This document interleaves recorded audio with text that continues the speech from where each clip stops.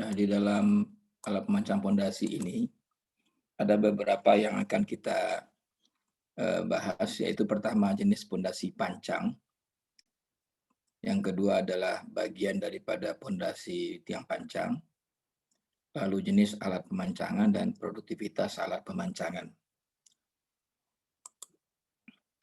Nah, mungkin kalau kita lihat pondasi, prinsip asalnya ya, atau dasarnya adalah bagaimana meneruskan beban dari atas ke tanah, ke permukaan tanah gitu ya, dengan cara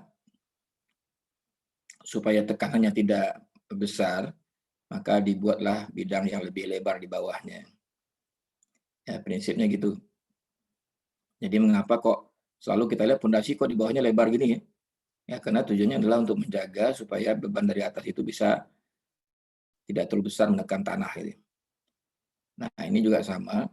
Kalau pondasi pancang itu eh, yang di bawahnya menupang apa ini namanya pile cap-nya ya, atau kepala pondasi, nanti akan disebut juga sebagai pur gitu ya. Nah, ini untuk mengikat antara pondasi yang satu dengan yang lain. Tapi prinsipnya tetap bidang bawahnya ini adalah lebar atau luas supaya nanti beban dari atas itu terdistribusi ke bawah. Ya, kalau ini terhadap ketiga tiangnya ini gitu. Terus ada pondasi bor yang mungkin barangkali kita bisa lihat atau juga disebut dengan truss pile gitu ya. Ini dia membentuk gundukan di bawahnya gitu. Jadi tidak runcing seperti pondasi pancang tapi membuat gundukan. Nah, ini bisa terdiri dari adukan beton gitu ya. Nah, ini bentuk yang sederhana. Nah, kita lihat di sini bahwa prinsipnya sama ya. Bagaimana meneruskan beban dari atas ke bawah.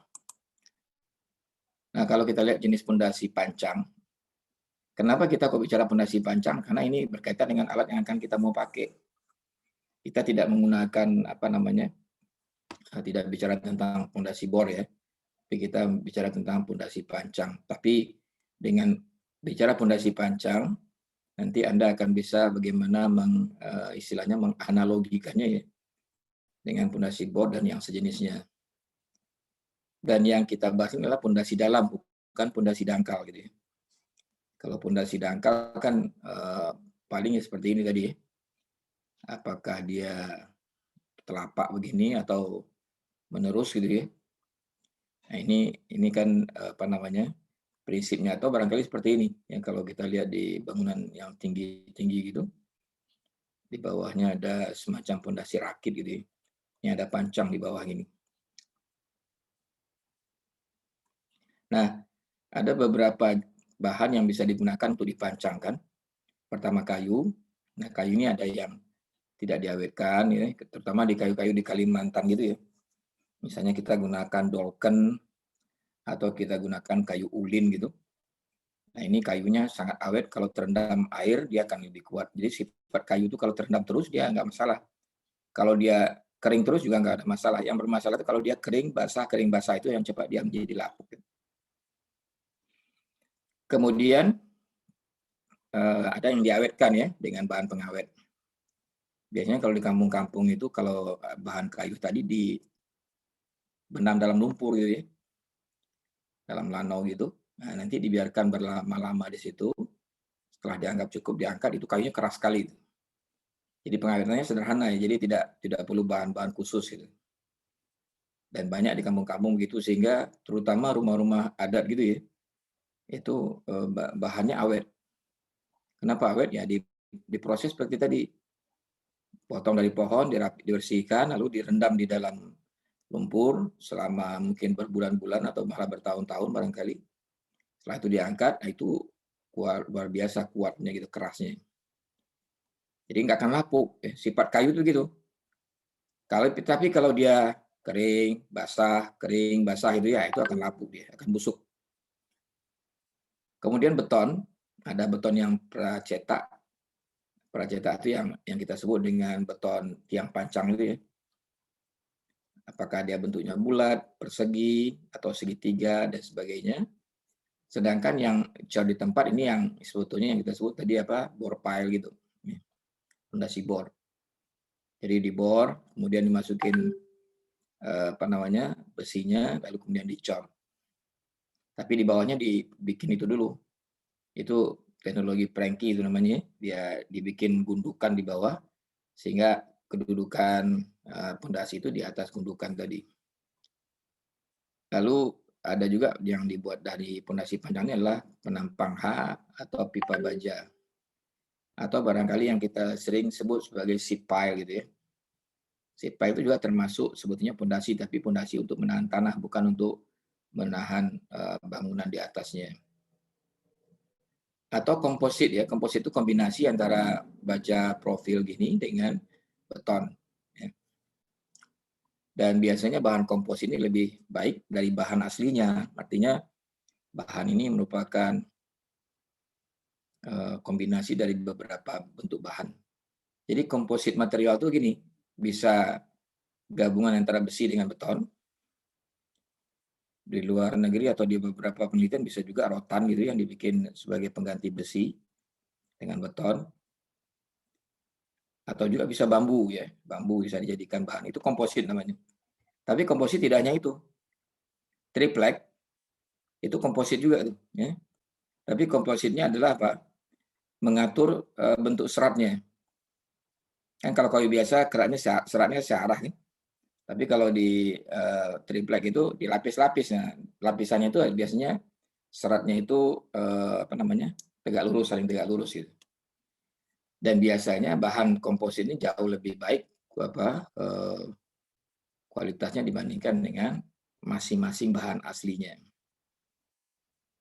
Komposit tidak hanya berarti bentuk material fisik begitu, juga dalam bentuk kimiawi juga bisa ya. Campuran misalnya antara, tapi kalau kita lihat di dunia ini nggak ada tuh bahan yang sendiri. Sifatnya komposit semua ya. Contoh misalnya besi, itu kan kalau aslinya ferrum gitu ya. Tapi kalau dia baru bisa menjadi baja ya ada namanya ferrum dioksida gitu kan. Jadi ferro digabung dengan oksida atau dioksidasi atau yang lain-lainnya. Karena kalau bahannya asli dia lembek. Contohnya emas ya, emas itu kalau 24 karat 100% gitu, itu lembek dia. Tapi kalau dicampur dengan tembaga atau yang sejenisnya, maka dia akan jadi keras, jadi kuat. Nah, itu banyak beberapa teknologi material ini yang berkembang ini, yang lebih baik, yaitu dengan pengetahuan tentang komposit material. Jadi ini khusus lah ya, spesial gitulah. Lalu apa keuntungan dan kerugian pondasi kayu? Keuntungannya adalah ukuran dan panjangnya semakin populer,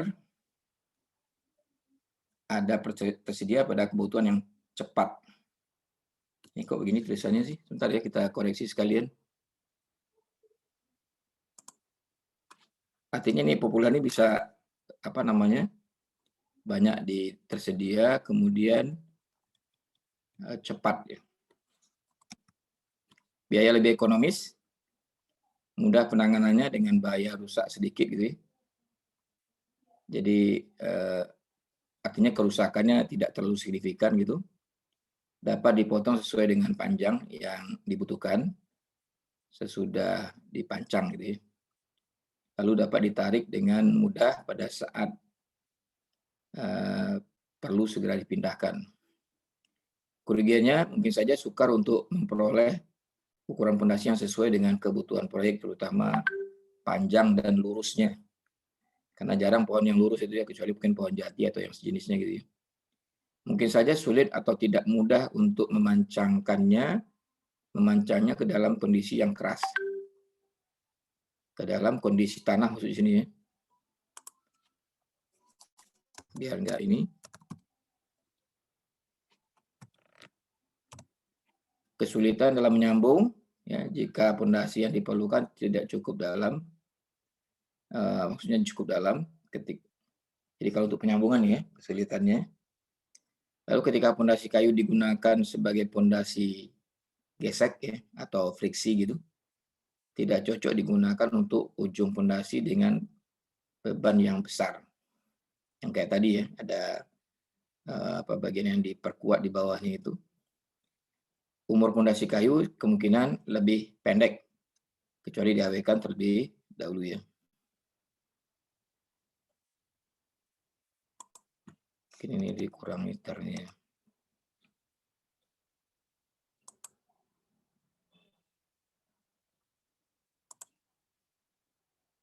Oke. Kemudian keuntungan dan kerugian daripada pondasi beton pracetak. Ini memiliki daya tahan yang tinggi terhadap serangan kimia dan biologis, kekuatan tarik yang tinggi.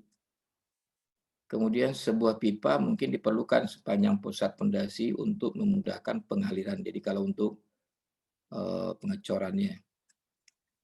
Kerugiannya adalah sulit untuk mengurangi atau menambah panjang pondasi. Diperlukan alat pancang yang besar dan mahal untuk menangani memancangnya.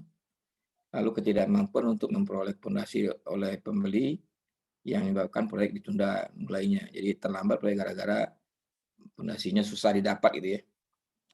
Lalu kemungkinan pecah dari pondasi selama penanganan atau mengakibatkan produksi pemancang terlambat.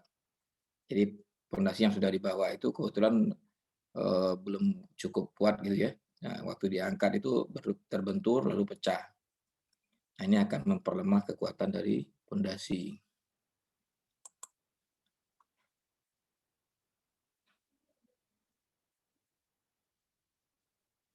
Kedengaran nggak saya ini? Nah, ini ada gangguan lagi nih.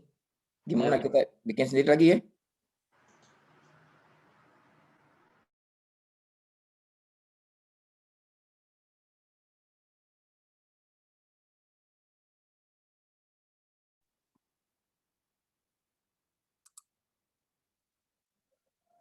Kita lanjutkan.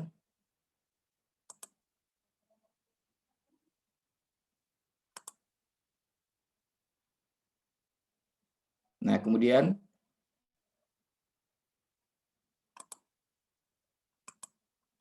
apa yang perlu kita pertimbangkan ya di dalam memilih jenis pondasi tadi? Yang pertama, jenis, ukuran, dan berat dari struktur yang akan didukung. Jadi seberapa besar sih beban yang akan didukung oleh pondasi? Tentunya tergantung dari tipe bangunan di atasnya, gitu ya. Apakah cuma 8 lantai, 20 lantai, atau mungkin 50 lantai, dan seterusnya. Lalu persyaratan teknis dari tanah yang akan dipancang. Maksudnya karakteristik tanahnya kayak apa. Kan itu bisa dilakukan uji bor ya. Di kedalaman berapa dia tanahnya cukup keras, dan di kedalaman berapa terjadi lensa misalnya gitu ya. Itu bisa disesuaikan dengan kebutuhan itu. Sehingga kedalaman pondasi sesuai dengan untuk tingkat kemampuan daya dukung dari pondasi. Nah, kemudian kelayakan kedalaman pemancang sesuai dengan variasi lapisan tanah untuk tingkatan daya dukung. Ketersediaan bahan untuk pondasi, lalu jumlah pondasi yang diperlukan. Jadi bahannya ada nggak ya? Kalau misalnya di tempat kita tidak ada bahan itu kecuali bahan satu-satunya misalnya kayu gitu ya. Ya mungkin terpaksa kita gunakan kayu. Tapi kalau ada alternatif mungkin bisa kita gunakan yang lain. Nah, jumlah pondasi yang diperlukan ini maksudnya gini. Saya ambil contoh ke sini tadi ya. Ini kan kalau misalnya kalau sini butuh 3 ya, maka pile cap-nya sebesar ini, seluas ini. Tapi kalau ternyata ini butuhnya 20, tentu banyak jadinya ya. Ini tentu akan makin besar yang di atas ini, pile cap-nya ini atau purnya ini. Nah, tentu ini perlu kita pertimbangkan, mungkin barangkali pondasinya perlu diganti dengan ukuran yang lebih besar gitu ya.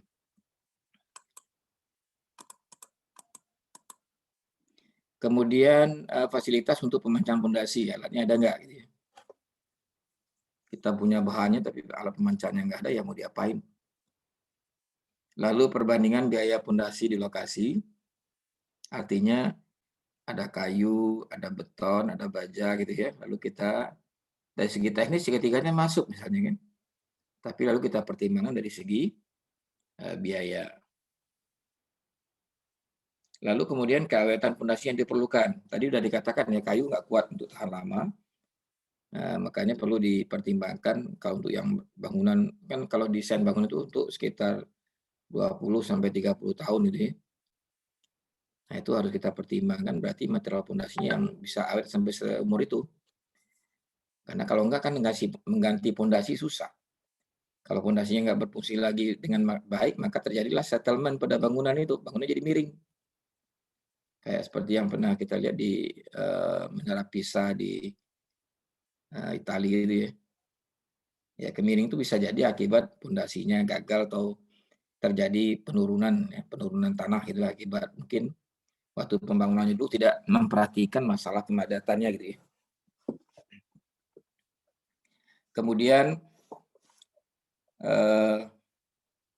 jenis struktur atau bangunan yang bersebelahan dengan pondasi. Contohnya kita gini, kita lagi belajar di gedung B gitu ya, lalu di sebelah di gedung A itu dibongkar, dibangunlah bangunan baru, lalu pondasinya menggunakan pancang. Kira-kira gimana gedung kita itu? Paling tidak bergetar kan? Atau barangkali berisik karena kita belajar nggak bisa. Nah, mungkin barangkali di situ kita perlu pertimbangkan apakah kita gunakan pondasi bor saja atau kita gunakan pondasi pancang tapi dengan menggunakan alat tersendiri gitu ya. Nah, itu perlu dipertimbangkan supaya jangan sampai bangunan di sebelah terganggu baik secara fisiknya maupun mungkin barangkali operasionalnya gitu ya. Kemudian kedalaman, kondisi dan jenis air tanah. Kan ada kita lihat di beberapa daerah air tanah itu berfluktuasi sangat signifikan gitu ya. Kalau pas musim hujan tinggi air tanahnya kan. Pas musim kemarau kering. Nah, kemarau, hujan kemarau gitu itu menyebabkan kalau gitu kita gunakan pondasi kayu sangat signifikan busuk atau barangkali lapuk gitu. Jadi hal-hal itulah yang perlu dipertimbangkan dalam menentukan atau memilih pondasi yang akan kita pakai. Nah, pondasi beton gambarnya begini ya. Ini ada yang berbentuk segi berapa nih? Segi 8, ada yang bentuk 4 persegi, ada yang berbentuk bulat gitu ya. Ada juga yang sering disebut dengan mini pile itu biasanya segitiga. Ada juga yang bentuknya itu kalau ini kan 4 persegi tapi tidak tidak bujur sangkar gitu ya. Tapi bisa juga yang bujur sangkar yang artinya panjang dan lebarnya sama.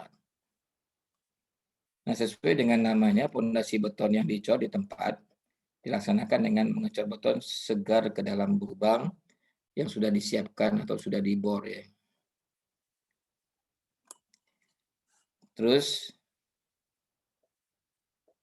ada 3 prinsip ya metode konstruksi dari pondasi ini, yaitu apa? Pancangkan pipa baja ke dalam tanah dan tetap tinggal di dalamnya dan kemudian isi dengan beton segar. Pancangkan pipa dan isi dengan beton, setelah itu pipa ditarik keluar dari tanah menggunakan pondasi pracetak. Jadi tinggal bisa dilihat bagaimana kalau kita gunakan pondasi cor di tempat gitu, kita masukin casing, lalu kita bor, nah kemudian baru dipasang pembesiannya, baru kemudian dicor.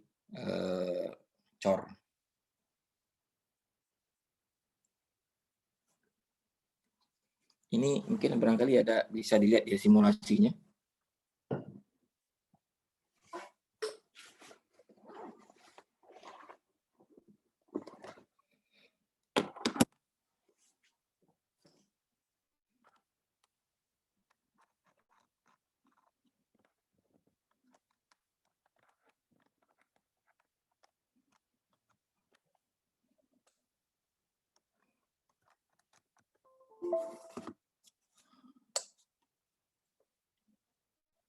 Saya lihatkan gambarnya.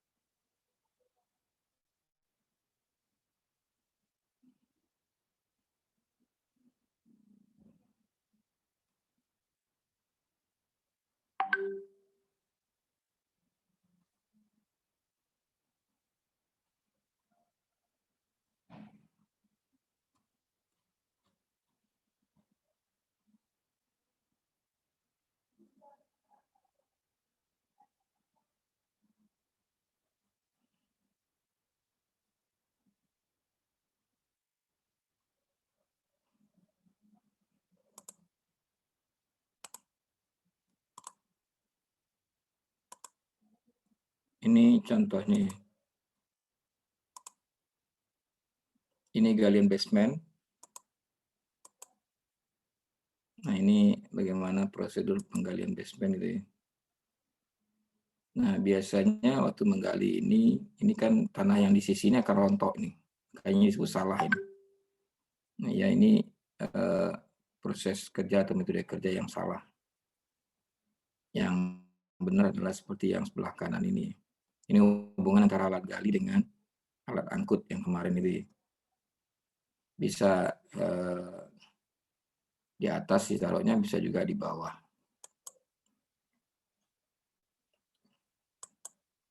Kita nggak lihat ini, sebetulnya yang kita lihat itu adalah ini. Ini soldier pile. Soldier pile itu sebenarnya fungsinya hampir mirip dengan seat pile. Jadi dibuatnya seperti ini ya, dibor, kemudian dibersihkan, lalu dipasang casing, lalu beton dimasukin ke dalam. Nah, masukkan beton itu dengan trimil ya. Trimil ini maksudnya supaya betonnya itu jangan terjadi segregasi nanti. Nah, ini nanti ditarik sampai dia penuh ya, kira-kira begitu. Nah, biasanya kalau soldier pile itu dibuat begini. Yang ini betonnya ya. Sementara yang ini adalah bentonite. Jadi bentonite itu tujuannya hanya untuk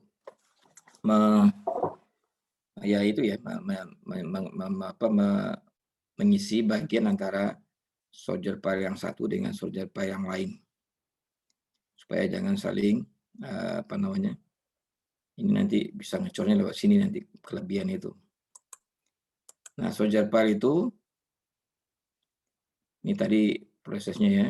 Nah, ini kalau kita menggunakan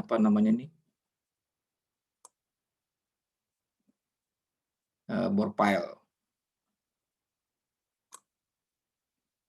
Jadi di lubang, masukin casing, dibersihkan, lalu masukin rangka besinya. Baru dicor ya. Dicor menggunakan trimil itu, kemudian baru nanti di finish gitu ya. Ini besinya tetap ada yang berlebih ke atas. Nah, ini contoh tadi hasil ini. Ini yang disebut soldier pile ini ya. Jadi si lahan ini baru bisa digali kalau soldier pile-nya ini sudah diikat di atasnya dengan capping beam. Ya, jadi prinsipnya nanti tanah yang di sini nggak apa istilahnya nggak longsor gitu ya, dari sini ke sini nggak longsor. Nah, sehingga basementnya aman dari longsor tadi, baru nanti kerjaan di dalamnya diselesaikan. Nah, nanti kalau hasil galiannya tanahnya seperti ini nanti. Ini yang di tengah ini bentonite-nya, ini yang soldier pile-nya ini.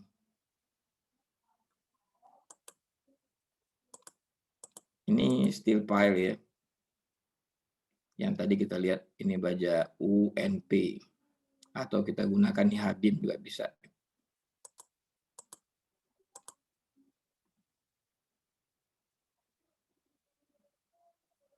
Ini tahapan kerjanya, dicor, dibor gitu ya.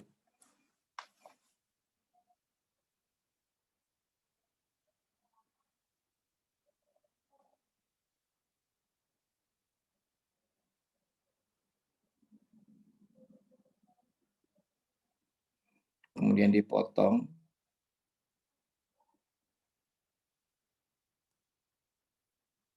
Ini yang dibuat ini bukan soldier pile, ternyata ini adalah seat pile. Itu disamakan ya dengan vibrator, disamakan kedalamannya sehingga di atasnya rata. Kemudian diafragma wall gitu ya. Diafragma wall itu sebenarnya sama dengan dengan pondasi seat pile tadi, tapi ini pondasi bor yang dibuat lebih, atau alatnya seperti itu, alat galinya. Jadi digali dulu, tipis ya, tapi panjang-panjang. Nah, kemudian digali lagi di tengahnya, Nah, setelah itu cukup, baru berikutnya dipasang apa itu. Nah, ini mungkin menyedot airnya kali ya, sehingga tidak tergenang air di dalamnya, yang kita sebut dengan dewatering itu ya.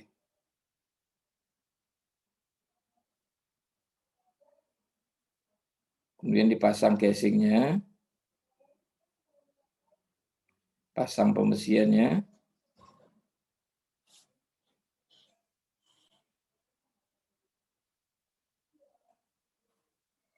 Nah, ini besinya dipasang.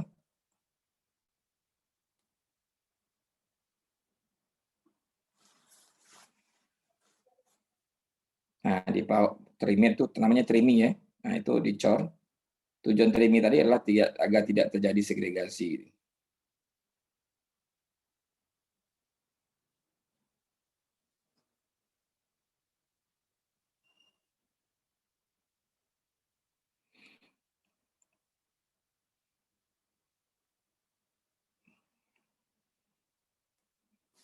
Ya, saya kira itu kira-kira gambarannya dalam kerjaan fondasi bor yang dicetak, dicor di tempat.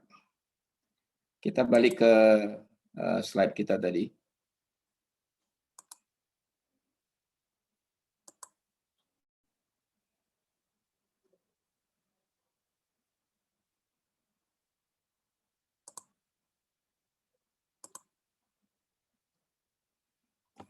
Lalu bagaimana bagian-bagian daripada fondasi pancang? Nah, ini perlu diperhatikan ya. Jadi kalau ini gambarnya fondasi pancang, maka dimulai dari ini fondasinya ini ya, yang garis gini nih. Ini ada alat penyambungnya juga nih. Kemudian di atas ini adalah hammernya. Nah, yang ini adalah crane-nya.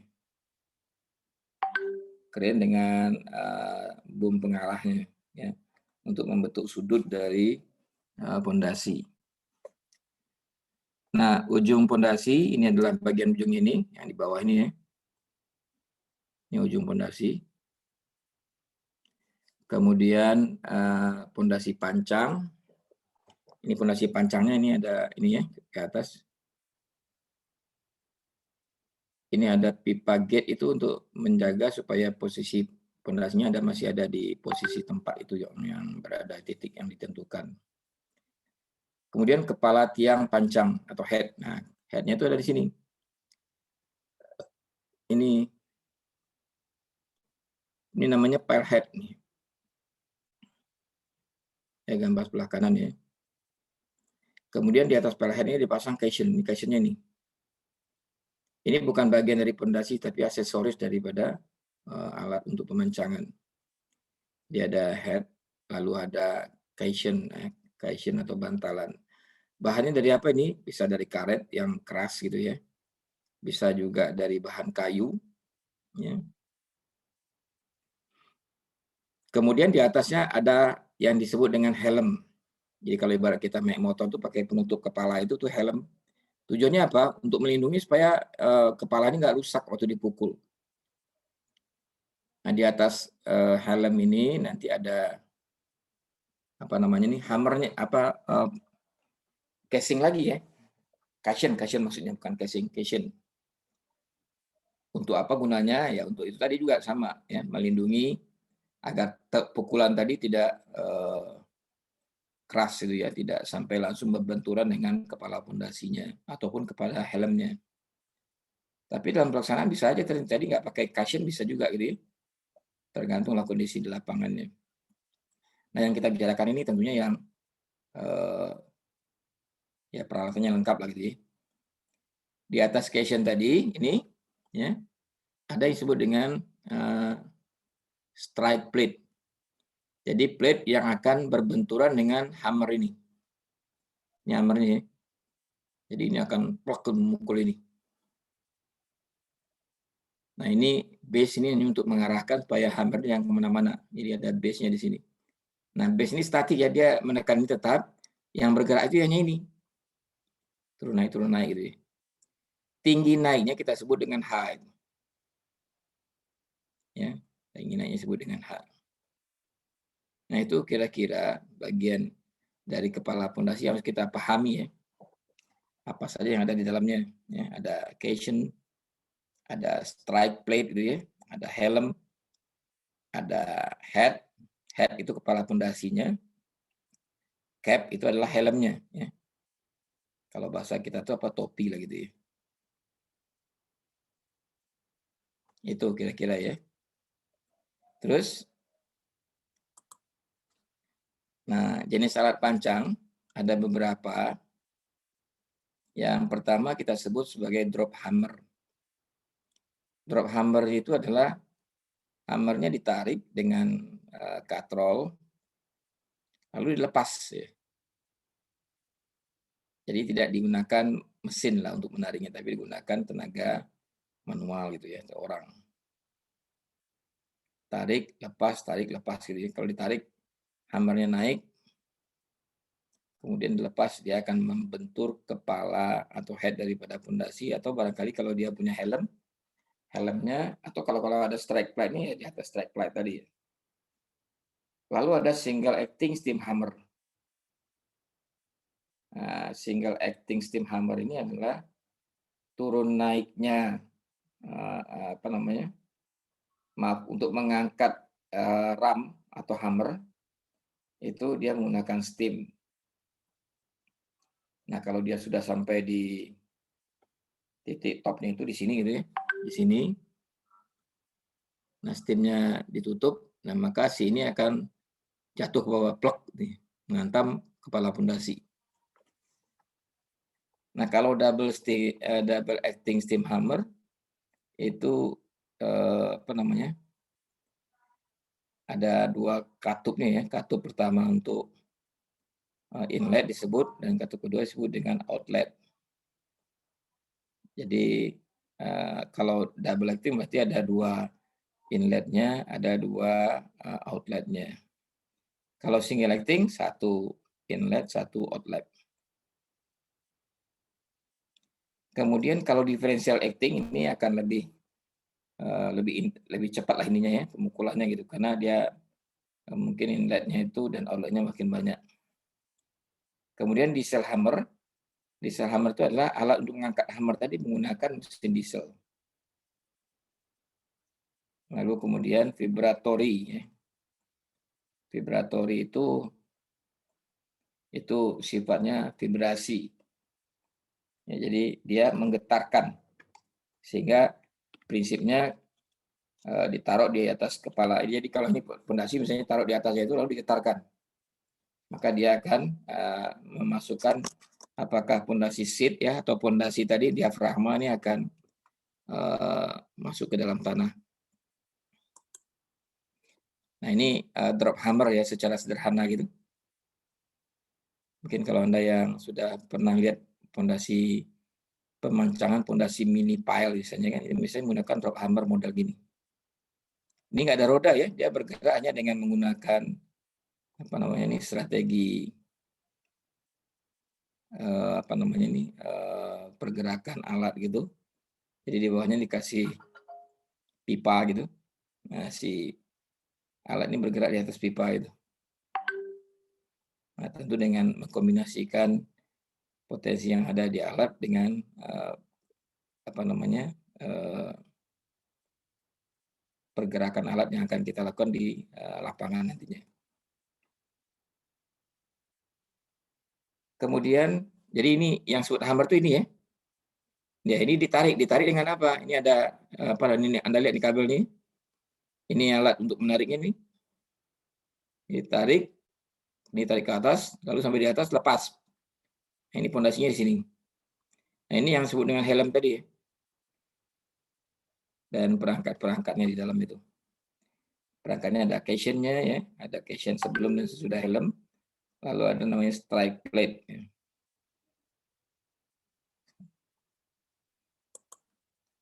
Lalu yang single active ini bentuknya tadi ya, itu ada yang Anda lihat inlet, ada exhaust-nya. Jadi dia pada saat ini ada katup di atasnya kan, Jadi pada saat ini ditutup, maaf ini dibuka, ini dimasukin inletnya. Maka ini peluncur ini akan naik ke atas. Posisinya seperti ini nih. Sampai di titik ini, lalu tutup dibuka ya. Maka dia akan turun plek gitu ke bawah ya. Nah, dia memukul ini yang namanya tadi plate point tadi atau ram point. Atau tadi yang kita sebut dengan strike plate tadi. Jadi yang bergerak tuh ini.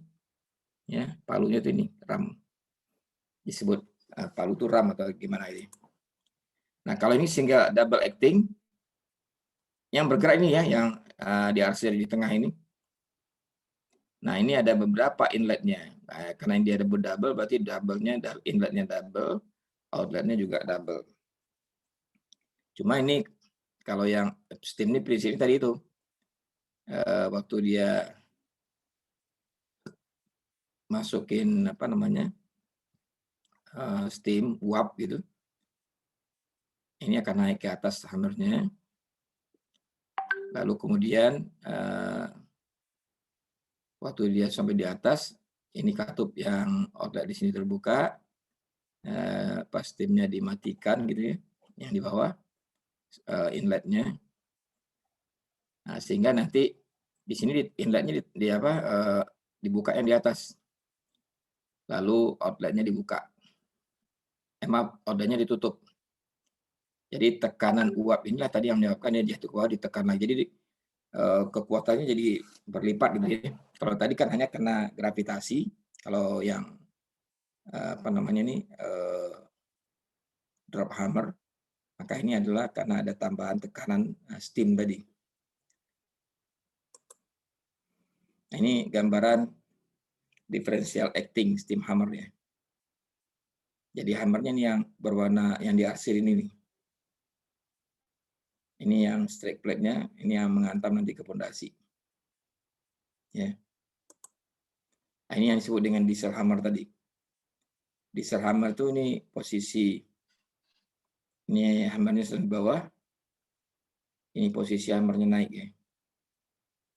Setelah sampai pada titik tertentu, dia terkunci oleh alatnya, lalu dia akan jatuh bawah. Nah, yang menggerakkannya adalah hammer, diesel, mesin diesel. Yang disebut dengan diesel hammer. Lalu kemudian vibratori ya bentuknya begini. Jadi ini ada bomnya, nanti disambungkan dengan alat ini. Nah, alat ini nanti ditaruh di atas kepala pondasinya, ini di sini posisinya nih. Nah, kalau ini di getaran, ini otomatis akan menekan ke bawah.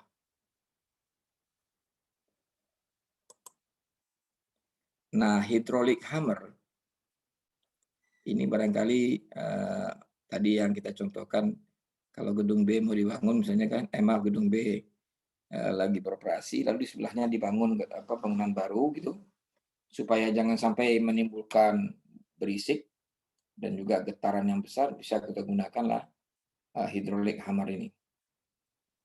Jadi prinsip kerjanya ini adalah counterweight-nya ya. Nah, kemudian di tengahnya ini adalah tempat posisi pondasinya. Nah, di tengah ini dijepit tuh. Dijepit misalnya di bagian posisi atas ini. Nah, kemudian alatnya diangkat ke atas, ditarik. Nah, karena alat ini diangkat ke tarik, maka pondasi yang memegang di sini akan turun ke bawah. Itu ya. Dan ini sama, dia tidak punya roda juga nggak punya, apakah dia tipenya wheel atau crawler nggak.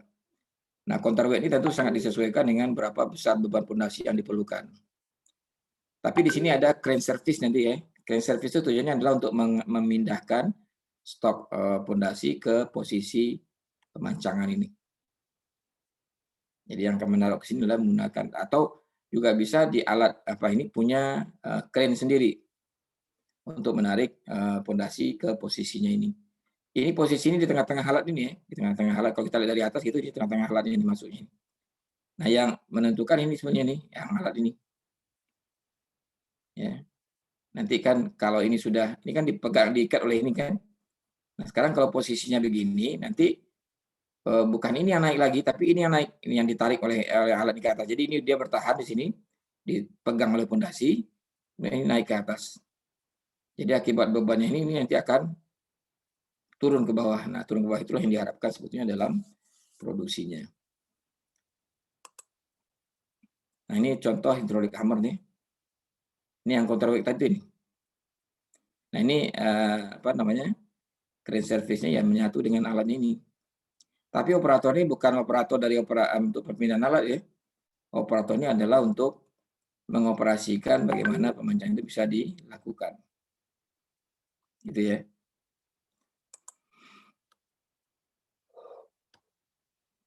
Nah, ini urutan pemancang tadi ya. Ini yang kita gambarkan di sini. Bentar.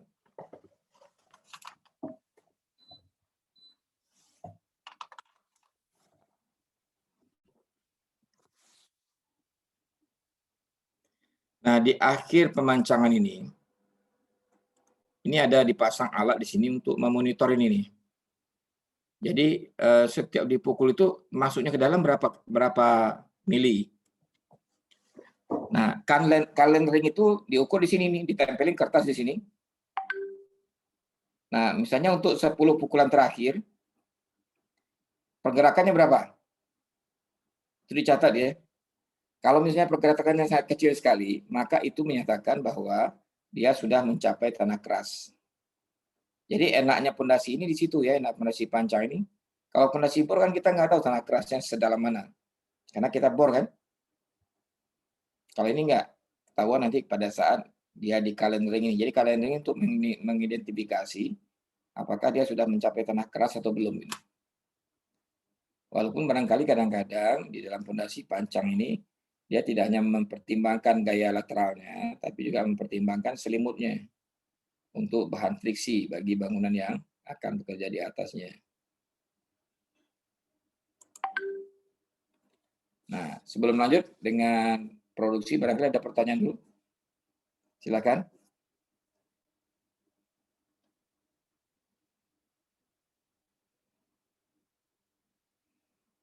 Belum, Pak.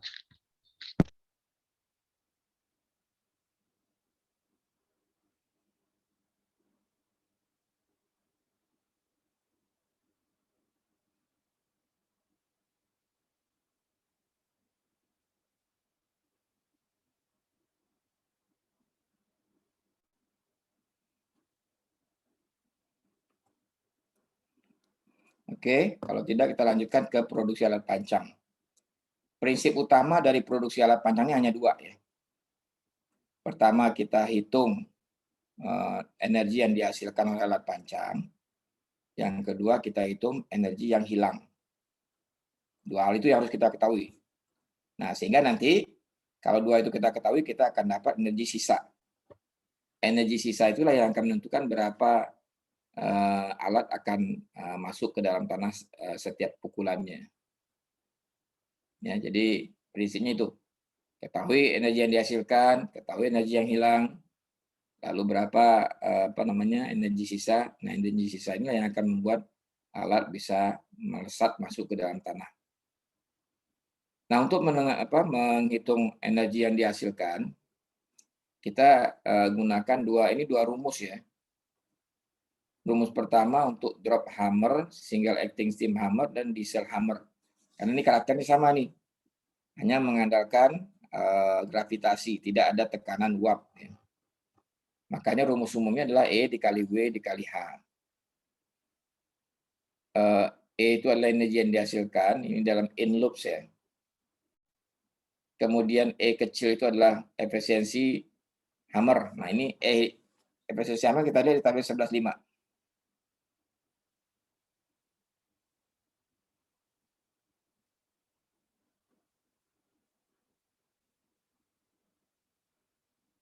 Ini ya, maaf kali ini 11.5 mana tabel 11.5.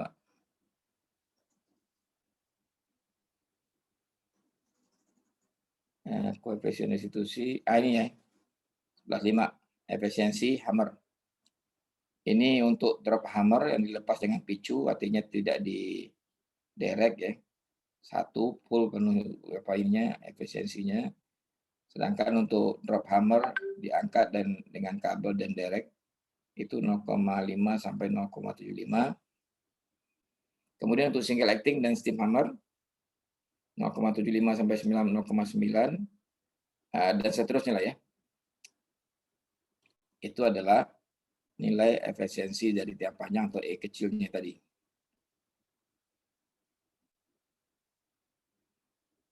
Oke, kemudian W adalah berat dari ram, sedang H adalah tinggi jatuh.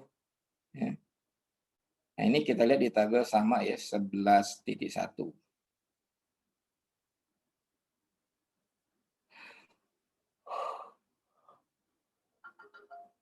Ini tabelnya di sini kecil ya, nggak tahu Anda bisa perbesar nanti lihatnya. Di sini kolom pertama, ya di kolom pertama ini, atau kita besarkan dengan ini aja gitu ya.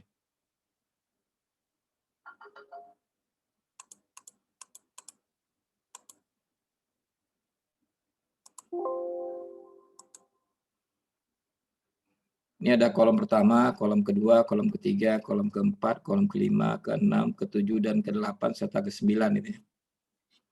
Kolom pertama ini adalah menunjukkan, ada dua yang ditunjukkan di sini, yaitu apa?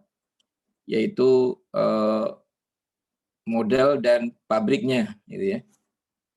Yang membuatnya siapa, lalu modelnya model apa. Ini ada, ini WSP, BSP, ini Conmeco ya. Lalu ini apa nih, Delmach. Ini adalah Kobe ya. Ini Lingbelt. Ini ada Meng. Ada apa lagi nih? Mitsubishi, MKT, dan Vulcan gitu ya. Jadi itu kolom pertama itu merek dan tipe namanya itu ya, model dan tipe pabriknya. Kolom kedua itu menunjukkan jenis alat pancang. Tadi ada drop hammer, ada single acting steam hammer, ada diesel hammer, ada yang lain-lain gitu ya. Ini ditunjukkan di kolom kedua. Kolom ketiga ini adalah nilai energi dalam satuannya feed loop. Ini yang kita gambarkan di rumus tadi adalah E teoritis namanya ya. Ini tolong dicatat nih, ini E teoritis. ET gitu ya. E besar, T kecil. Lalu kolom keempatnya adalah kecepatan memukul per menit. Kalau kita kasih tanda disebut B ya. Jumlah pukulan per menit. Jadi si alat itu mencang tuh berapa kali 1 menit gitu ya. Kira-kira begitu. Lalu kolom keempat tadi udah ya, kolom keempat tadi. Kolom kelima berat hammer. Kalau kolom keempat ini tidak ada satuannya ya. Kalau kolom ketiga tadi satuannya adalah feed loop. Kalau kolom kelima ini adalah berat hammer, satuannya loop. Berapa loop beratnya gitu ya.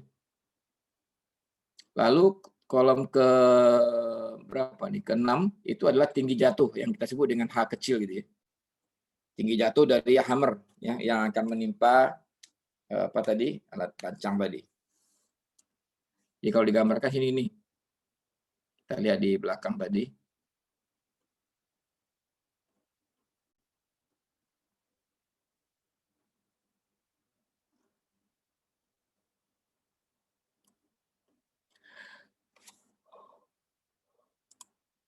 Nah ini ya. Jadi tinggi jatuh ini nih. Dari sini ke sini berapa? Itu H kecil. Ya. Kemudian Kolom berikutnya adalah boiler HP. Ini kalau kita menggunakan steam, pasti alatnya pakai boiler gitu ya. Karena boiler itu alat untuk membuat uap atau steam. Sedangkan yang kolom ke berapa? 4, 7 ke 8 itu adalah daya yang dibutuhkan untuk memanaskan air dengan boiler tadi. Dan kolom yang terakhir adalah berat alat. Ya, jadi ini penting sekali tabel 11.1 ini digunakan. Kenapa? Karena sangat berkaitan dengan produksinya nanti. Baik, kita kembali ke slide tadi.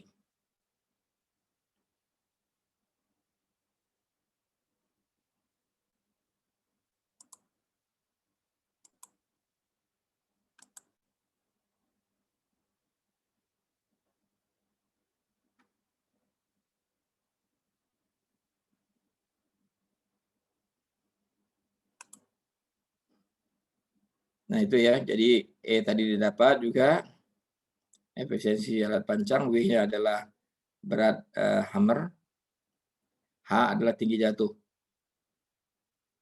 Dan ingat satuan nasinya adalah in loop. Jadi apapun yang tidak sesuai dengan in dan loop, kita konversikan terlebih dahulu kepada in dan loop. Lalu kalau double acting steam, differential acting, dan apa namanya, ya dua ini aja ya, double acting dan differential acting. Nah di sini rumus yang dipakai itu adalah energi sama dengan E dikali E kecil. E itu adalah memori efisiensinya tadi. Sedangkan E besarnya adalah koefisien antara apa nih?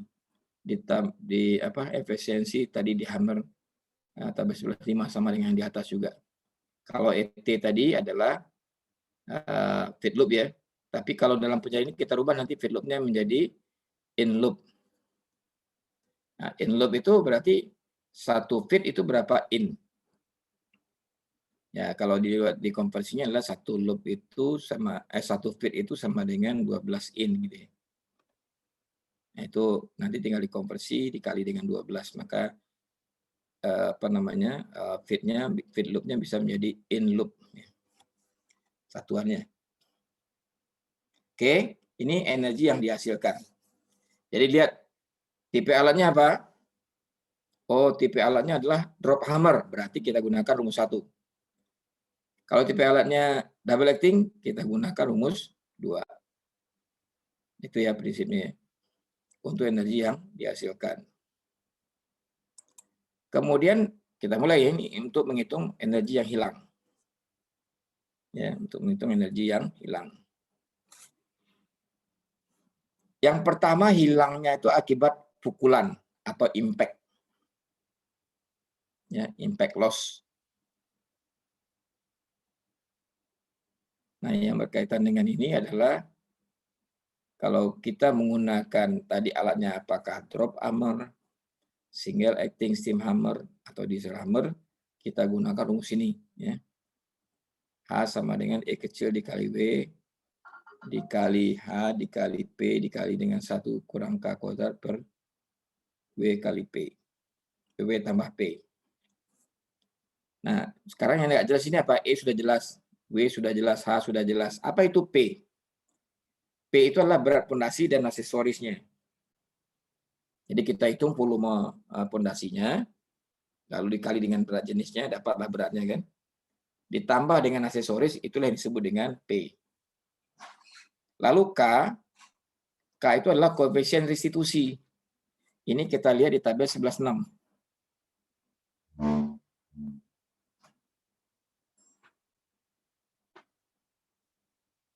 Nah ini ya. Jadi koefisien restitusi ini memperlihatkan apa?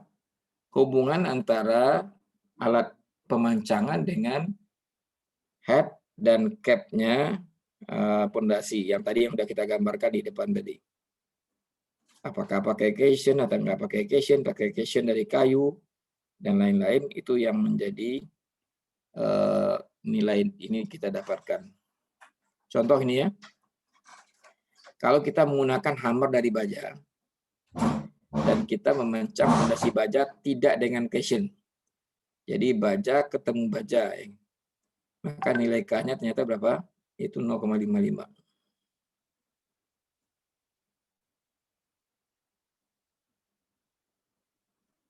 Kalau contoh lain misalnya untuk ram single acting steam hammer atau drop hammer, memukul langsung pada tutup kayu dengan kondisi baik dalam memencang fondasi beton, atau tidak pakai yang di atas tadi, apa artinya ini hammer memukul langsung pada tutup kayu dengan kondisi baik dalam memencang beton, atau langsung memukul kepala fondasi kayu. Ya, ini nilainya adalah 0,25. Jadi intinya adalah tabel 11.6 ini menunjukkan hubungan antara hammernya dengan tipe dari head sama cap-nya. Ya. Lalu berikutnya K sudah kita dapatkan. W itu tadi sama dengan W ini ya, atau berat hammer dalam loops nanti tentunya ya. Lalu P-nya berapa? PP ini yang kita ambil. Berapa P-nya dapat nanti tinggal pindahkan juga ke P sini gitu. Nah, kita dengan menghitung itu akan dapatlah impact loss-nya. Untuk differential acting, double acting, dan steam hammer, itu sebetulnya rumusnya sama aja atas bawah ya.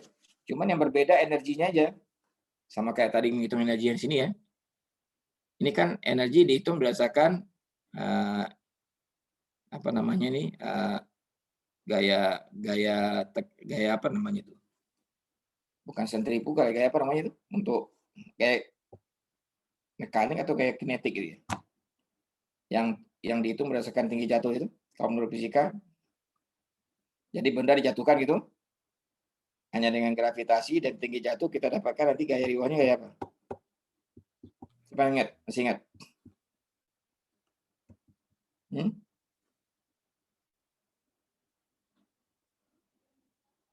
Gaya kinetik gitu, kalau nggak salah ya.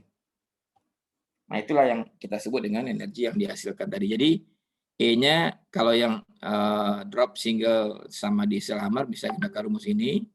Sedangkan untuk yang double acting kita karena nggak bisa menghitung berapa besarnya energinya, maka kita gunakan energi teoritis yang ada yang sudah dicoba di pabrik. Oke. Nah, jadi di sini juga sama ya. Hanya itu aja bedanya. Sama dengan yang nomor 1, cuma bedanya adalah di ET sama E kali W kali H-nya.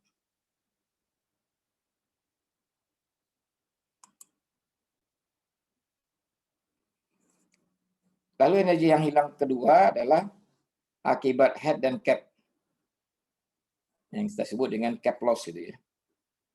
Di sini energi yang hilang atau cap loss itu sama dengan U dikali C1. U itu adalah apa namanya, beban pada pondasi dikali dengan faktor keamanan.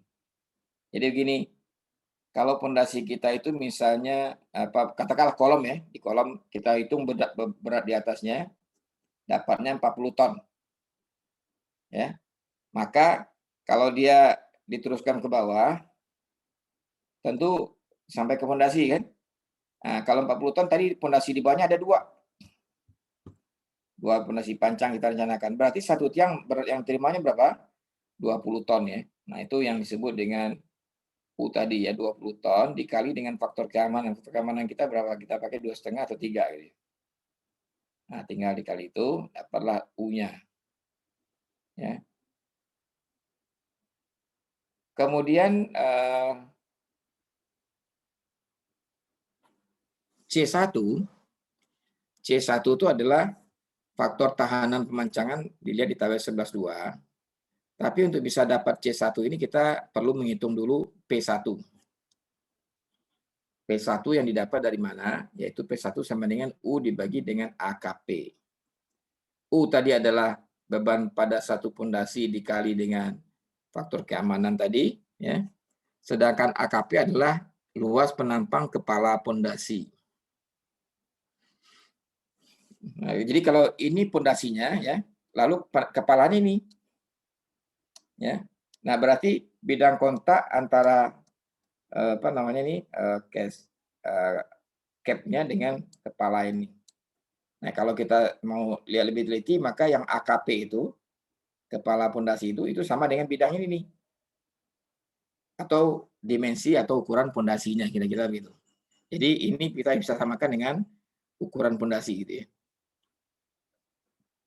Berapa luas penampang pondasi? Kira-kira ini sama dengan luas penampang pondasi. Kemudian yang berikutnya, setelah kita dapatkan P1, kita dapatkan nilai C1, di mana dapatnya? Di 11,2. 11,2 itu ini. Nah ini. Jadi kita ketahui di sini hubungan antara jenis head dan cap serta tahanan pemancangan. Tahanan pemancangan itu kita sebut dengan P1. Sedangkan jenis head and cap-nya ini ada head untuk pondasi kayu, ada untuk pondasi beton itu ada 3 alternatif nih ya. Cap pada head artinya tidak ada casing di dalamnya. Lalu di sini pakai packing 3 sampai 4 in di dalam cap. Yang tadi apakah dibuat dari karet atau dari apa namanya? Masih ingat bentuknya kan? Ini bentuknya ini.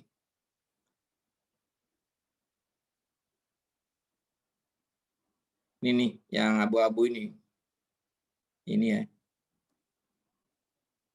Ada ini atau tidak ada. Kalau nilainya bagus, saya apa namanya? Nilainya akan lebih besar ada kalau tidak ada yang casingnya ini. Makanya di sini sudah dinyatakan dari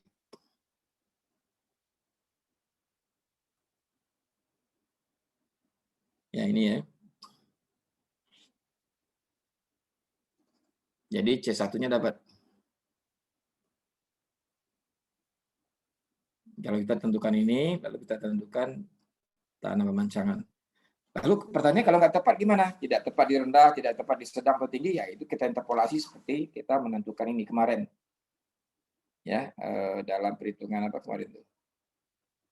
Kita menginterpolasi FK1 atau FK2 dan seterusnya gitu ya.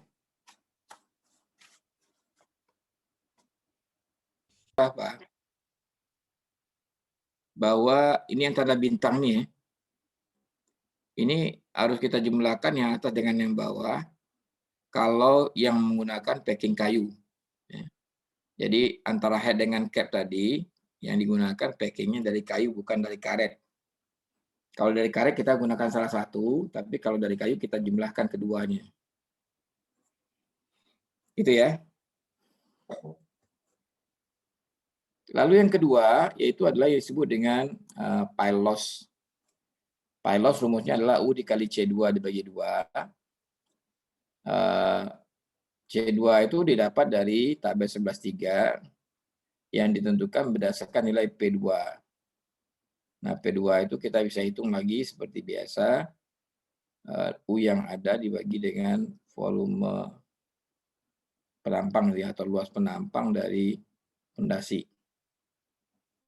Nah, ini nilainya sama dengan tadi, dengan AKP. Jadi, kalau di sini APP gitu ya, di sini AKP namanya ya. Jadi nilainya sama karena sama-sama penampang fondasi sebetulnya. Satuannya adalah dalam square in ya. Luasannya dalam square in. Sehingga P2 itu nanti dapatnya adalah load per square in. Nah, kalau P2 dapat, kita lihat di tabel 11.3.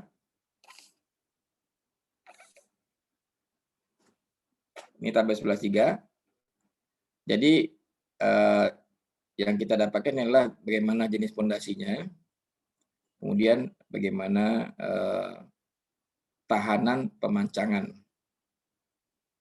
Ya, nilai P2 tadi. Ya. Jadi contoh misalnya kita gunakan fondasi pracetak. Tinggi tahanan pemancangnya P2-nya kita dapatkan katakanlah 1.500 psi pound square in gitu ya. Maka berarti nilainya kita dapatkan 0,012 LE. Apa itu LE? Nah, LE itu adalah ya di gambar ini ya. Nah, ini LE nih. Kalau ini adalah panjang pondasi dari atas ke bawah, maka LE itu adalah L yang masuk ke dalam tanah akibat pemancangan. Ya. Jadi bedakan antara L dengan LE. Nah, yang kita panjang pondasi disebut dengan L, panjang efektif pondasi yang masuk ke dalam tanah, ini kita apa namanya istilahnya, kita estimasi gitu ya. Itu kita sebut dengan LE. Dan satuannya, ingat ya, ini perlu dicatat juga nih, satuannya adalah LE-nya ini dalam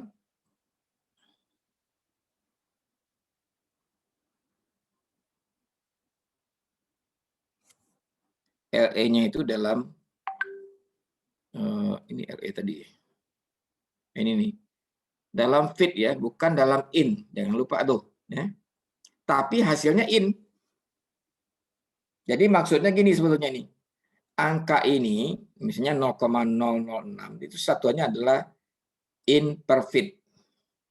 Nah, LE ini satunya feet sehingga in per feet dikali feet tinggal in. Jadi hasil kalinya nanti adalah in dapatnya gitu.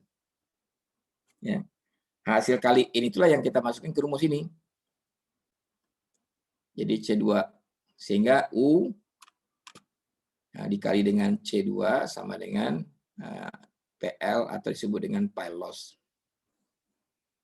Itu loss yang kedua ya. Sekarang loss yang ketiga. Loss yang ketiga adalah kita sebut dengan soil loss ya. Kehilangan akibat bukan yang ketiga, yang keempat berarti ya. Kehilangan akibat tanah ya. Jadi ketika pondasi masuk ke dalam tanah itu ada yang hilang energi yang tadi dihasilkan. Nah, untuk mendapatkan soil loss kita sama dengan dapatnya U dikali C3 per 2. U-nya kita udah tahu, C3 ini kita dapatkan melalui P3. Berapa besar P3? Yaitu U dibagi dengan luas penampang tanah yang dipisahkan oleh pondasi. Nah, luas tanah yang dipisahkan oleh pondasi ini itu sama dengan luas penampang pondasi. Jadi sama dengan penampang pondasi aja sebetulnya ini. Nah, sehingga nilai P3-nya bisa kita dapatkan. Setelah P3-nya kita dapatkan, baru kita cari C3. Kita lihat ke tabel 11.4. Ini ya, tabel 11.4. Nah, tabel 11.4 ini lebih sederhana ya. Ini hanya digunakan untuk pondasi dengan penampang sama. Artinya ujung sampai ujung pondasi itu penampangnya sama. Tidak termasuk itu ya, yang kepala pondasi, yang ujung pondasi yang mau masuk ke dalam tanah yang agak runcing itu bukan itu yang dimaksud. Tapi badan pondasi itu sendiri sebenarnya adalah bentuknya penampangnya sama. Bukan kayak apa ya, yang makin ke bawah makin kecil, bukan gitu ya. Tapi ini penampangnya sama dari ujung ke ujung. Nah, kalau tadi dapatnya P3-nya 1.500, berarti kita dapatkan nilainya antara 0,1 sampai 0,3. Nah, silakan ditentukan apakah kita mau pakai 0,2 atau kita pakai 0,3, nggak ada masalah. Gitu. Nah, sehingga dapatlah nilai C3 itu. Satuannya sama dalam in juga ya. Nah, lalu C3 ini kita masukin ke dalam rumus ini. Dapatlah nilai soil loss-nya. Jadi, impact loss kita sudah dapat, cap loss sudah dapat, lalu pile loss sudah dapat, soil loss sudah dapat. Jadi ada 4 nilai. Energi yang dihasilkan sudah dapat. Nah, dengan demikian kita akan dapatkan energi sisa.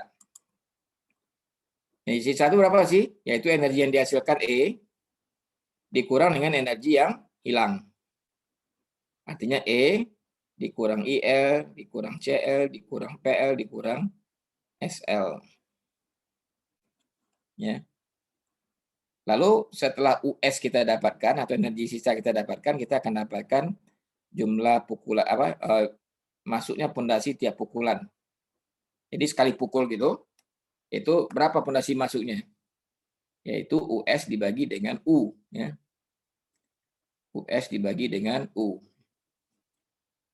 Dan satuannya adalah in. Ya. Jadi energi sisa dibagi dengan berat yang diterima oleh satu pondasi. Lalu menghitung produksinya gimana? Kita gunakan Q sama dengan S itu set per blow tadi, yang kita dapatkan di atas, ditambah B itu adalah jumlah pukulan per menit yang ada di tabel 11.1 kolom 4 yang kita tadi sudah bahas.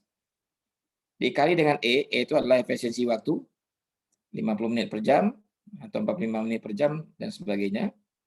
Sedangkan dikali 60 adalah Ini waktu 1 jamnya. Ya, dikali 60 tapi tidak pakai menit gitu ya, pokoknya 60 aja. Karena kita anggap ini bekerjanya 60 menit ya, 1 jam. Oke. Nah, dengan demikian nanti didapatlah berapa besarnya Q. Q itu satuannya apa sih? Satuan Q itu adalah, nggak ada di sini ya.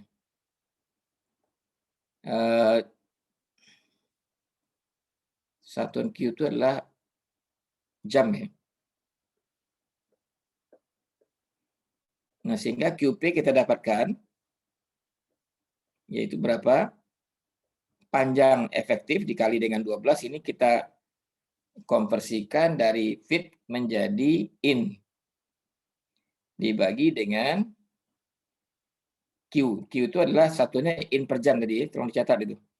Q itu satunya adalah in per jam. Sehingga in per jam dikali dengan LE dikali 12 itu adalah in jadinya. Sehingga in dengan in-nya hilang, tinggallah waktunya jam. Jam berapa? Jam per pile atau jam per satu pemancangan atau satu pondasi. Nah, itulah dapat nilai dari pekerjaan pemasangan pondasi ini. Dan ingat ya, kalau US-nya negatif, artinya kok lebih kecil daripada energi yang dihilang, lebih besar daripada energi yang tersedia. Ya, satu-satunya cara adalah mengganti alat dengan mengganti agar energi yang dihasilkan lebih besar. Ya, itu aja ininya solusinya. Sehingga pokoknya yang penting dia harus lebih nilai energinya atau US-nya itu adalah lebih besar dari 0 atau bisa digunakan tadi untuk memancang atau masuknya pondasi ke dalam tanah. Oke, sampai di sini ada pertanyaan dulu?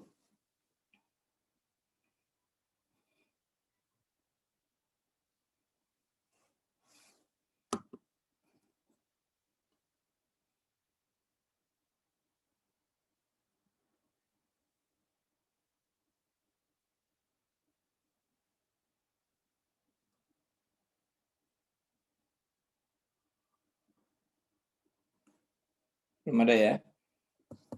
Baik, kita lanjut. Ini sudah tadi, sudah kita bahas. Ini sudah. Nah, masuk ke contoh soal. Di sini ada pondasi beton berukuran penampang 14 in kali 14 in dan panjangnya 50 feet. Jadi 50 feet itu adalah L-nya.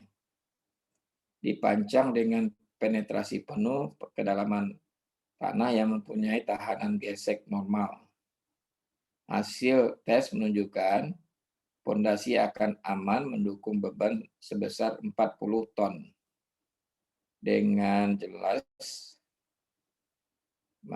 faktor keamanannya 3. Lalu pemanjang pondasi dinyatakan dengan menggunakan alat vulkan size 1. Panjang efektif pondasi adalah yang kira-kira masuk ya ke dalam tanah itu 33 feet. Koefisien restitusinya, ingat ya, K tadi sama dengan 0. Sewa alat 2.100.000 per jam. Jam kerja efektif 8 jam per hari dan 50 menit per jam. Berat aksesorisnya 775 lob dengan bobot isi pondasi beton 150 lob per kubik feet. Pertanyaannya, tentukan produksi alat pancang tersebut dalam satuan in per jam atau jam per pondasi. Yang kedua, tentukan biaya dan waktu pemancangan jika diketahui jumlah pondasi yang akan dipancang sebanyak 124 tiang. Nah, kita coba kerjakan. Pertama, kita lihat dulu dari tabel sebelah 1 ya. Diketahui bahwa yang kita gunakan vulkan size 1. Di dalam vulkan size 1 di tabel 1 kita coba lihat. Tipe alat pancangnya adalah single acting steam hammer. Ini dia di kolom kedua gitu ya. Jadi kalau kita lihat di tabel sebelah 1 ini Vulkan itu ada di sini. Ya. Ini vulkan ada di sini. Nanti vulkan C1 di sini ada angka 1 di sini. Nah, ini angka 1-nya nih.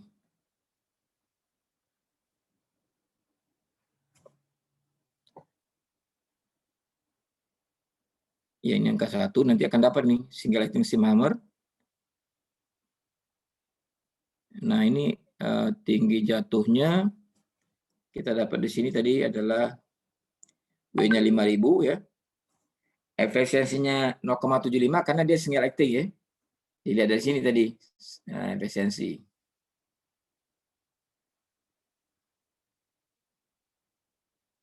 Mana efisiensi? Nah, ini efisiensi ya. Yaitu dia tadi single acting steam hammer. Ini berarti kan antara 0,75 sampai 0,90. Kita ambil 0,75. Lalu W-nya 5.000, nanti dilihat di kolom keempat itu hanya 36, kolom kelima gitu ya. Ya, kolom keempat kelima sih.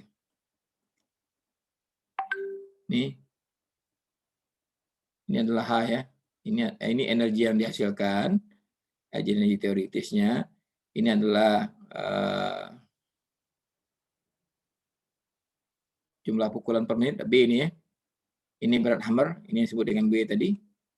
Lalu ini tinggi jatuhnya, atau disebut dengan H kecil. Di kolom ke-5 dan kolom ke-6. Lalu E, seperti diketahui tadi, sudah 0,75. K-nya 0,25. Kalau 0,25, ini kita lihat di sini apa sih karakternya. Ini berarti kan untuk ram single acting dan seterusnya gitu. Jadi ini harus kita pahami nih, angka 0,25 itu apa. Sehingga lalu kemudian berat pondasi. Berat pondasi. Nah, berat pondasi itu adalah luas penampang dikali panjang pondasi dikali dengan bobot isinya, gitu kan? Nah, penampangnya tadi kan 14 in. Sementara kan yang kita ketahui bobot isinya 150 loop per cubic feet kan. Jadi dijadikan cubic feet dia. Sehingga ini kita jadikan feet ya. Kalau jadikan feet jadi 14 dibagi 12. Ini 14 dibagi 12. Jadi udah jadi feet dia ya. Lalu dikali dengan panjang pondasinya. Dapatlah 10, 20 loops. Kenapa dapat loops? Karena feet sama feet kubiknya hilang semua. Ini adalah tinggal loop per kubik feet. Loopnya ada, kubik feetnya hilang. Lalu berat kepala dan cap pondasi 775 ini, kalau di sini belum diketahui, ini sudah diketahui ya. Beraksesoris 775 loops. Jadi ini angka 775 ini. Sehingga dapatlah P-nya 10.995. Gitu ya. Terus kita hitung sekarang U. U itu adalah berat beban yang dipikul oleh satu pondasi dikali dengan faktor keamanan. Berat yang dipikulnya 40 ton dikali dengan faktor keamanan 3. Karena satunya loop kita kali dengan 2000. Jadi ton dijadikan kilo loops ya. Dapatnya 240.000. AKP, ingat ya, AKP sama dengan luas penampang pondasi juga. Penampang pondasinya 14 in kali 14 in. Maka kita tinggal kalikan aja ini, 14 kali 14. Lalu P1 didapatkan 240 dibagi 196, dapatlah 1,225 psi. Lalu kemudian angka ini kita lihat di C1. Nah, di C1 tadi ingat ya. Kita lihat di C1 sini.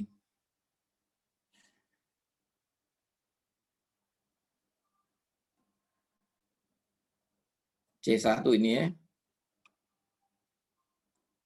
Tadi K-nya dikatakan adalah, nah, tadi K dulu kita lihat, karena C1 ini tergantung pada head dan cap serta tahanan pemancangan. Ya. Head dan cap-nya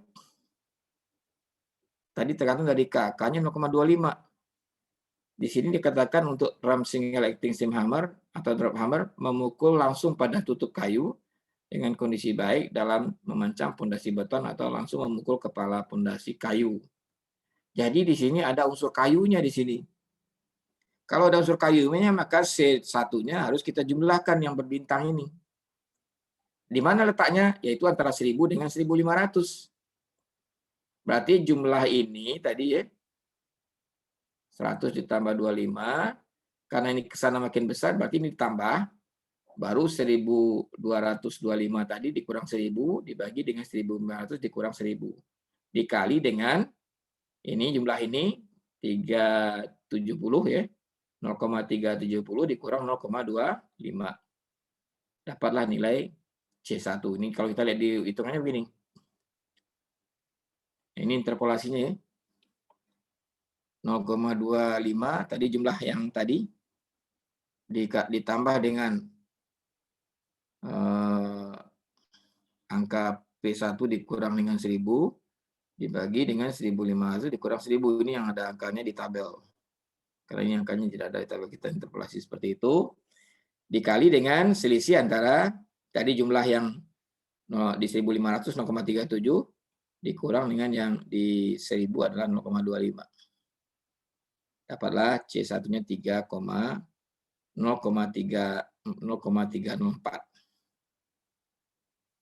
Ya, dapat ya C1.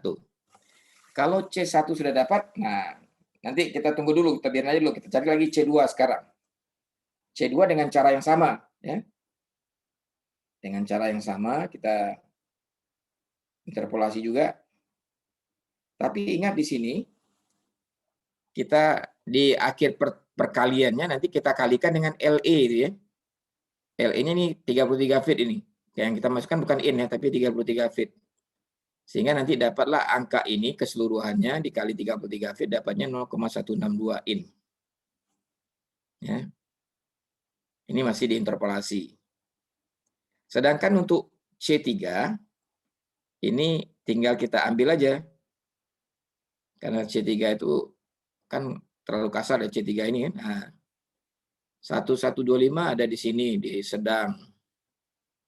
Ya, dia antara sedang dengan tinggi ya. Nah, tapi angka ini juga begitu 0,10 sampai 0,30. Ya, berarti kita tinggal ambil berapa angka yang paling dekat. Mau tinggi kah dia atau mau sedang ya. Nah, di contoh ini kita ambil yaitu di apa namanya? 0,15 ya. 0,15. Nah, setelah itu dapat, baru kita hitung masing-masing. Energi yang dihasilkan adalah E sama dengan E dikali W dikali H, E-nya 0,75, W-nya 5.000 dikali 36. Dapatlah 135.000 in loops. Lalu energi yang hilang pertama adalah akibat pukulan atau disebut dengan impact loss. IL sama dengan E dikali W dikali H dikali P dikali 1 dikurang K kuadrat dibagi dengan W ditambah P. Dengan masukkan angka-angka tadi kita dapatkan impact loss-nya 87.000 in loops. Kemudian yang kedua adalah head dan cap tadi ya, atau cap loss. Didapat 36.480. Ya. Kemudian yang ketiga, yang kehilangan nasi yang ketiga adalah pile loss. Masukin angkanya, dapatlah pile-nya 9.400. Yang keempat, akibat tanah, ya, soil loss. Masukin angkanya, dapatlah SL-nya 18.000. Lalu kita hitung energi sisanya. Jadi energi yang dihasilkan dikurang dengan energi yang hilang. Ternyata dapatnya negatif. Negatif itu artinya apa? Kalau kita pukul, bukan pondasinya masuk, tapi loncat keluar gitu. Membalik istilahnya. Oleh sebab itu, supaya dia masuk gimana? Alatnya harus diganti. Prinsip penggantian alatnya apa? Kalau bisa tipenya sama. Yang beda apanya? Yang beda adalah bagaimana memperbesar E, energi yang dihasilkan. Ya, jadi berarti kalau kita ingin memperbesar E, yang akan kita bisa lakukan adalah dengan melihat nilai W dan nilai H-nya. Nah, oleh sebab itu nanti pilihannya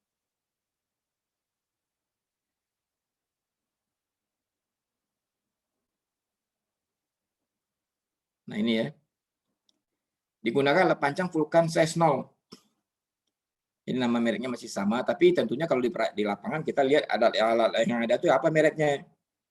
Ya, kita jangan pilih vulkan size 0 yang sebenarnya di lapangan nggak ada gitu ya. Tapi kalau dalam belajar ini kan nggak apa-apa kita pakai yang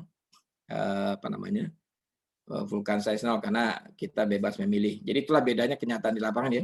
Kalau di lapangan Anda jangan bebas-bebas gitu. Jadi lihat dulu alat yang ada apa saja gitu ya. Itu yang diapain, yang dijadikan alat penggantinya. Nah, kalau di soal begini gampang aja ya. Udah lihat di tabel, yang penting W-nya lebih besar daripada W yang tadi dan H-nya juga lebih besar. Jadi kita pilih size 0, lalu kita hitung energi yang hilangnya berapa. 219.000. Terus energi yang hilang akibat pukulan ini dapatlah dengan merubah nilai W dan H. Jadi nilai lain nggak berubah ya. Hanya nilai W dan H aja yang berubah. P-nya juga nggak berubah gitu ya. Dapatlah nilainya impact loss-nya 122. Nah, yang lainnya sama. Kenapa sama? Karena energi hilang yang kedua dan yang ketiga ini nggak ada hubungannya dengan berat W dan H tadi. Ini nggak ada hubungannya kan di CL nggak ada hubungan, di PL juga nggak ada hubungannya. Jadi ini tetap kita pakai saja gitu. Sehingga dengan demikian kita bisa langsung hitung energi sisa di sini, yaitu 219.000 dikurang 122.000 ini. Nah, yang ini nggak ada tadi, ini sama dengan tadi hasilnya. Sehingga didapatlah energi sisanya 23.020, berarti ada positif sini kan? Kalau positif berarti udah bisa kita pakai. Nah, sekarang berapa S-nya? Yaitu US dibagi dengan U. US-nya yang tadi energi sisa dibagi dengan U-nya 240.000, maka dapatlah S-nya 0,0963. Nah, kalau S sudah dapat, nah B-nya berapa tadi? B sudah kita lihat tadi ya, di dalam tabel 50. Lihat tabel sebelah satu lagi. B-nya 0,83. Sehingga kita dapatkan 0,0963 ini kita ambil dikali dengan 50 kali pukulan per menit, dikali 0,83 efisiensinya, dikali dengan 60 waktu 1 jam. Sehingga dapatlah produksinya 239,872 jam. Jadi 239 in per jam. Kemudian dari situ kita rubah menjadi berapa sih waktu yang dibutuhkan untuk satu tiang pondasinya.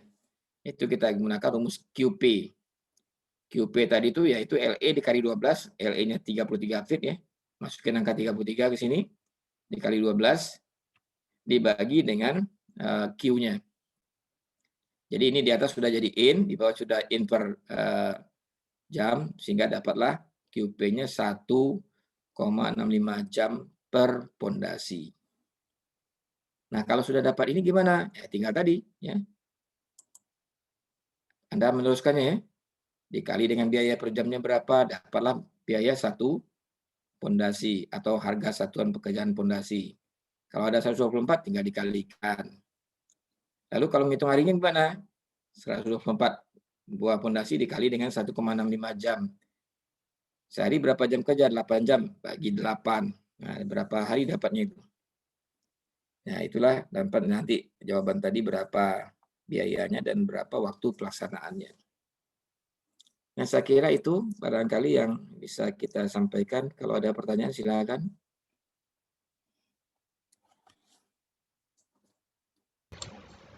Pak, itu LE dikali 12 itu udah rumus ya Pak? 12 itu merubah dari fit ke in.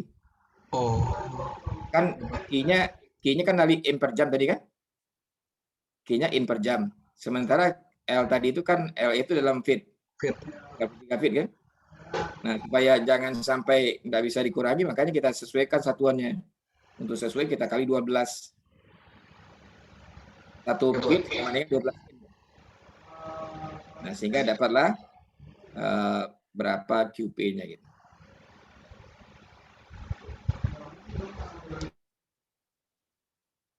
Silakan yang lain.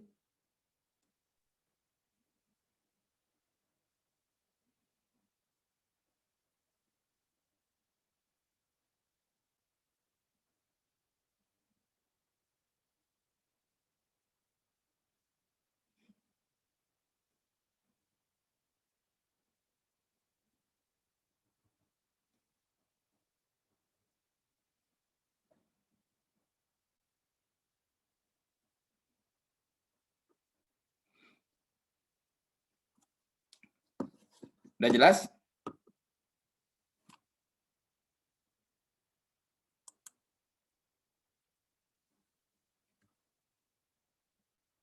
Ya, kalau tidak ada pertanyaan, kira-kira cukup ini. Silakan di screenshot dulu, ketua kelas. Tadi udah, Pak. Udah ya.